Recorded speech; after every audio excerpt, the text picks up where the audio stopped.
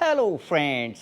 Foaming interior cleaner, इससे गाड़ी को क्लीन करना बहुत आसान है, लेकिन साथ में महंगा भी बहुत हो गया है। तुम्हें असली या नकली इसका कुछ पता नहीं। और मैंने इसकी एक वीडियो बनाई थी जिसके लगकर अप्रॉक्स 4 मिलियन से भी ज्यादा व्यू हैं, और उसके बाद इसकी सेल भी बहुत बढ़ गई, पैसे भी बहुत बढ़ गए। पहले 400-500 रुपए का मिल जाता था, आज 800-900 रुपए का मिलता है, और उसके साथ भी असली और नकली का कुछ पता नहीं। दो डिब्बे हैं, एक ऑनलाइन लिया है, एक ऑफलाइन लिया है। अब इसमें कैसे डिफरेंस पता करोगे, कौन सा सही है और कौन सा गलत है। परफॉर्मेंस भी मैंने देखा, कुछ प्रोडक्ट के अच्छे हैं, कुछ प्रोडक्ट के एवरेज लेवल तक आते हैं, जबकि प्रोडक्ट दोनों ही सेम है। अब मैंने ये महंगे प्राइस को देखते हुए एक होममेड क्लीनर बनाया जो कि फोमिंग क्लीनर है, वैसे ही फोम क्रिएट करेगा और वैसी ही सफाई करेगा।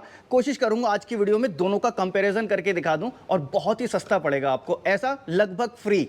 ये 900 रुपए और वो लगभग फ्री। और मैंने उस फोमिंग क्लीनर को बहुत सारे R&D करने के बाद तब आपके साथ इस वीडियो में शेयर कर रहा हूं। मैंने इससे पहले उसको कई चीज़ों पे अप्लाई करके देखा, किन चीज़ों पे वो रिएक्ट करता है, किन चीज़ों पे रिएक्ट नहीं करता है। क्लीनिंग अगर कर रहा है तो किन किन दाग को वो हटाता है, क्या वो खाने के दाग हटा देता है, क्या वो ग्रीस के दाग हटाता है। ये मैंने 5 साल से रखा हुआ था और इसके ऊपर बहुत सारे दाग धब्बे लगे थे। खाने का डब्बा है, ठीक है। इसको मैंने पूरा क्लीन किया और इसके ऊपर चेक किया कि कैसे ये काम करता है, और इसके अलावा भी कई चीज़ों पे, लेदर सीट पे कैसा काम करता है। सारी चीज़ें तो आपको इस वीडियो में नहीं दिखाऊंगा, लेकिन हाँ, गाड़ी के साथ कैसे उस फोमिंग क्लीनर से क्लीनिंग करनी है, और इसके साथ भी अगर क्लीनिंग करते हो तो कौन से वो तरीके हैं जिससे आप कम क्लीनर अप्लाई करके ज़्यादा सफाई पा सकते हो। सारी चीज़ आज की वीडियो में दिखा दूंगा, तो चलो वीडियो स्टार्ट करते हैं।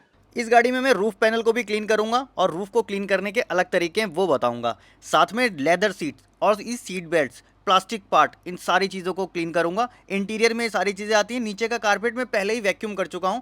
साइड के डोर पैनल्स और इसमें लगा हुआ फैब्रिक वो जरूर क्लीन करूंगा। और ड्राइविंग साइड का डोर पैनल हो या फिर सीट, दोनों सबसे ज़्यादा गंदी होती है, और इसको मैं करूंगा अपने DIY होममेड क्लीनर से। अब क्लीनिंग में यूज़ होने वाला सबसे बेस्ट फैब्रिक मुझे लगता है सॉक्स। सॉक्स को मैं यूज़ करता हूँ, साफ सॉक्स हैं। और इसके बाद अभी 3M का ये फोमिंग क्लीनर जो मैंने मंगाया है ऑनलाइन, इसको स्प्रे करूंगा डायरेक्ट रूफ पे। पहले रूफ की क्लीनिंग करेंगे। रूफ को क्लीनिंग करने में एक चीज़ आपको ध्यान रखनी पड़ती है, रूफ को कहीं ऐसा ना रगड़ दिया जाए कि उसमें लिंट्स बन जाए, इसलिए रूफ को मैं सॉक से क्लीन करता हूँ। सॉक से इसमें लिंट नहीं बनते, प्लस क्लीनिंग बहुत अच्छी होती है। चाहे तो डायरेक्टली स्प्रे कर सकते हो आप, लेकिन डायरेक्टली जब स्प्रे करते हो तो इसकी छींटें नीचे गिरती हैं, तो आप इसको अपने हाथ में ले सकते हो, सॉक्स में लगा सकते हो, और सॉक्स से पूरी चीज़ों को क्लीन कर सकते हो। बीच में जो हैंडल्स प्लास्टिक के पार्ट आते हैं उनको भी इसके साथ में ही क्लीन कर लेते हैं, क्योंकि ये रूफ के साथ में ही आता है। ड्राइविंग साइड का रूफ हो, पीछे का रूफ हो, लेकिन ये करना पार्ट वाइज होता है। कुछ कॉमन लॉजिक अपने आप लगाने होते हैं, जैसे आप साइड पैनल कर रहे हो तो सीट बेल्ट भी उसके साथ कर लो, नहीं तो बाद में करोगे तो फिर छींटे आएंगी। फोम को सिर्फ लगाना है और इसको रब करना है, और इसके बाद एक माइक्रोफाइबर टॉवल गीला लेना है, साफ पानी लेना है, और इसको निचोड़ के गीले कपड़े से इसको साफ करना है। सीट बेल्ट भी ऐसे ही साफ करेंगे, और ऐसे ही अपनी रूफ जो हमने क्लीन की है पहले क्लीनर लगा के, अब इससे साफ करेंगे, ताकि जो कुछ गंदगी इस क्लीनर ने लूज की है उस गंदगी को इस कपड़े में ट्रैप कर लिया जाए, और फिर हम उसको वॉश कर लेंगे दोबारा, फिर दोबारा से उसको यूज़ करेंगे। देखो, फोमिंग क्लीनर का फ़ायदा ये होता है कि कम लिक्विड ज़्यादा जगह स्प्रेड हो पाता है, और मेरा जो होममेड क्लीनर है वो भी सेम ऐसा ही काम करेगा, वो भी फोम क्रिएट करेगा, लेकिन बस फ़र्क इतना होगा, ये आप 900 रुपये में खरीदोगे, वो लगभग फ्री कॉस्ट पड़ेगा।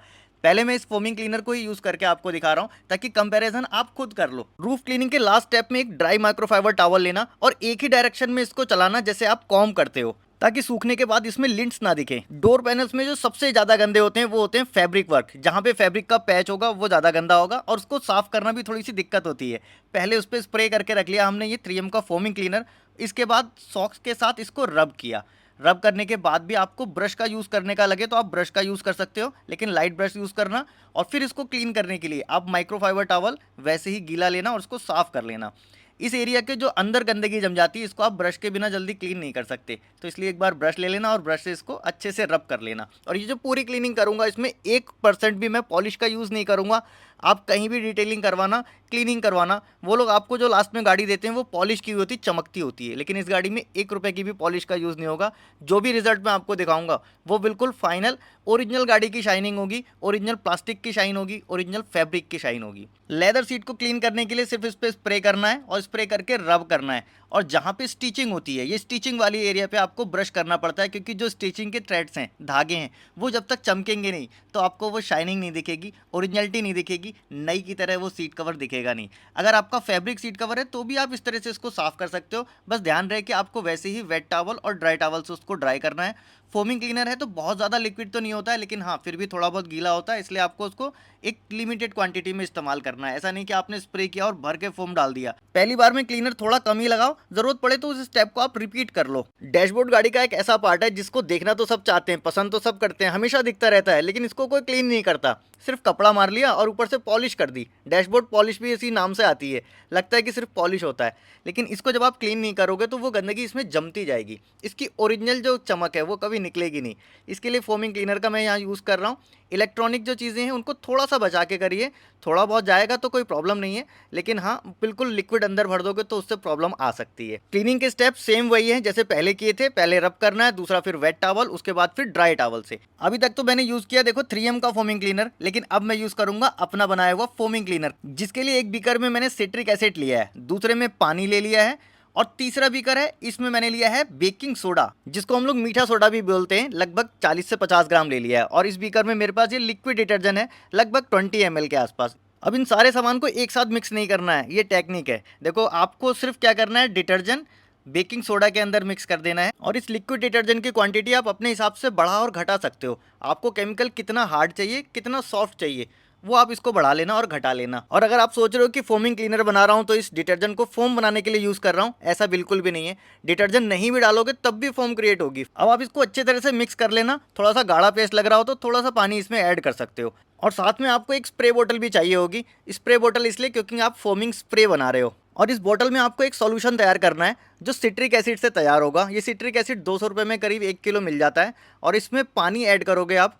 पानी लगभग जितना सिट्रिक एसिड डाला है उतना ही ऐड कर लेना, थोड़ा सा उससे एक्स्ट्रा भी होगा तो कोई फ़र्क नहीं पड़ता है। अब इस पेस्ट को जो हमने पहले बनाया था, पेस्ट आपको पूरी सीट पे लगा देना है, क्योंकि अभी मैं पहले सीट को साफ़ कर रहा हूँ। लेकिन मैं तो आपको बोल रहा था फोमिंग क्लीनर बनाऊंगा, ये तो सिंपल पेस्ट हो गया जिससे क्लीनिंग हो रही है।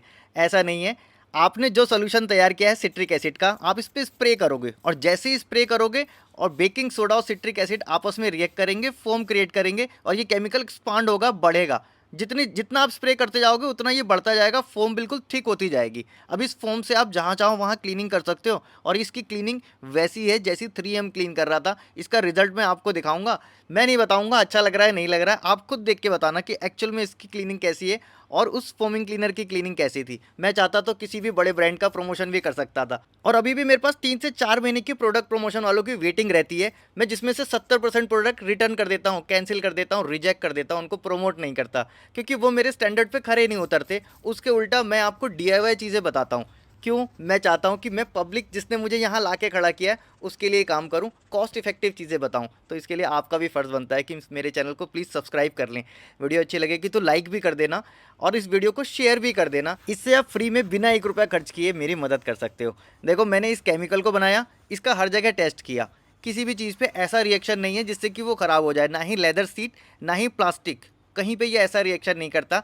लेकिन हाँ क्लीनिंग बहुत अच्छी करता है। स्टेप उसके भी वही हैं जैसे हम फोमिंग क्लीनर यूज़ कर रहे थे, पहले वेट टॉवल फिर उसके बाद ड्राई टॉवल, इस तरह से इसको पूरा क्लीन कर लेना है। अभी देखो डोर पैड पे इसको मैं यूज़ करूँगा, डोर पैड के फैब्रिक पे। फैब्रिक सबसे ज़्यादा गंदा होता है और सबसे ज़्यादा ड्राइविंग साइड का होता है। ड्राइविंग साइड पे मैंने इसको अप्लाई किया, केमिकल लगा दिया। इसके बाद जब मैं स्प्रे करूँगा ये दोनों वहीं पे रिएक्ट करेंगे केमिकल, जैसे ही रिएक्ट करेंगे, रिएक्शन करेंगे, फोम क्रिएट होगी, और बस इस फोम के साथ इसको हमें रब कर लेना है। अब ये डोर पैड अगर ज़्यादा गंदा है तो आप इसको और भी तरीक़ों से साफ़ कर सकते हो। आप चाहो तो इसमें स्टीम का भी यूज़ कर सकते हो, ब्रश का तो यूज़ करना ही है, और ब्रश ऐसा यूज़ करना है कि बहुत ज़्यादा हार्ड ना हो जिससे इसमें लिंट्स बन जाएँ। बहुत ज़्यादा इसको रब भी नहीं करना है। जो प्लास्टिक पार्ट है इनको आप माइक्रोफाइबर टॉवल से भी साफ़ कर सकते हो, और चाहो तो ब्रश से भी साफ़ कर सकते हो। ब्रश हमको इसलिए यूज़ करना पड़ता है क्योंकि ये पेस्ट है, ईजिली इसको लगा पाते हैं, और जब हम यहाँ पे स्प्रे करते हैं सिट्रिक एसिड और पानी का सॉल्यूशन तो ये बहुत अच्छी फोम क्रिएट करता है, और इस फोम से फिर हम सॉक्स लगा के इसको रब कर सकते हैं। वैसे ही सॉक्स लगा के हम फोम को रब कर रहे थे 3M में, सेम वैसे ही रब कर रहे हैं इस होममेड फोमिंग क्लीनर में। अब आप देख लो कितना डिफरेंस है। एक्स्ट्रा एफर्ट इतना है कि एक आपको सिर्फ पेस्ट लगाना पड़ रहा है, यहाँ आपके पैसे बहुत सारे बच जा रहे हैं।